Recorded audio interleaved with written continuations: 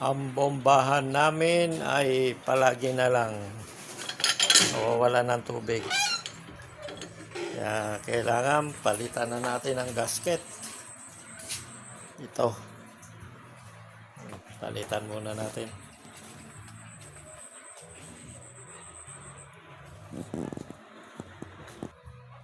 Baklasin na natin ang mga tornilyo.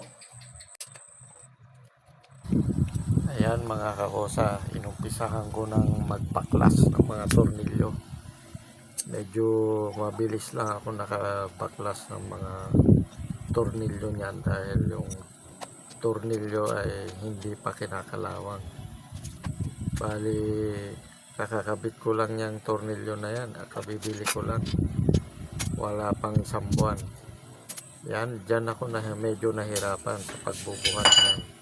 Ayun, muntik na akong matamaan. Oh. Ayun, muntik na pa ako. Ayan, mabigat yan mga kakosa. At medyo delikado. Kailangan mag-ingat habang naggaganyan. At dito naman po mga kakosa, tinatanggal ko na yung goma sa piston. Yung gasket na yan, yan ang papalitan ko. Kailangan palitan na itong gasket. Pudpud na.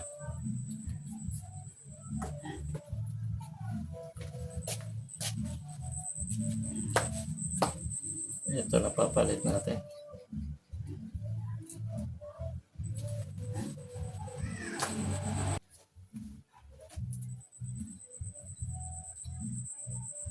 Pangit na ngayon to. Ang bilis kalawangin.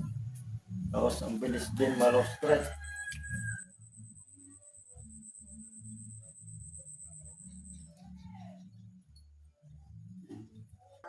At dahil napalitan ko na yung gasket, kailangan ibalik ko na sa piston. Ayan, tingnan nyo mga kakosa. Bago na ang ating gasket. Puro kalawang lang yung bakal na yan. Bago na uli ang gasket. Ito, pudpud na. Tsaka pangit na ngayon yung mga ganitong pop piston dahil madaling kalawangin, tapos madali rin malostred yun. Oops, linisan muna natin ang mga gilid-gilid.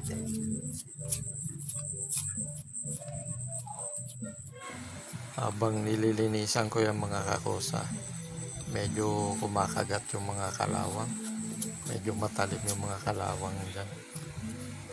Dahan-dahan lang paglilinis ko.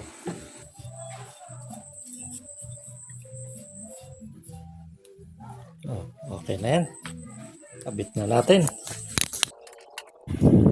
Tinanggal ko pala yung gasket dyan sa katawan mga kakosa dahil hindi ko mapasok yung piston, at yung gasket na yun, yung goma na yun, matigas na, kaya kailangan baklasin ko. Ayan mga kakosa, palitin na yung gasket na yun, pero tsagaan muna natin mga kakosa.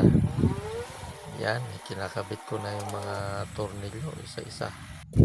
Medyo pinapahirapan ako ng gasket mga kakosa kasi hindi nakasentro sa butas.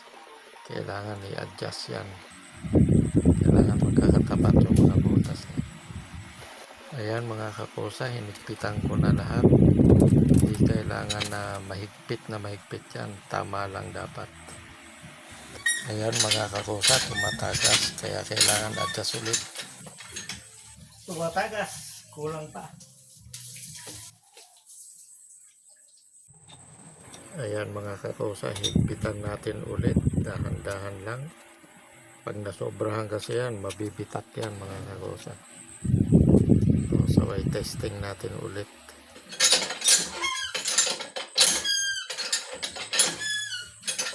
Okay na. Tagas. Paano?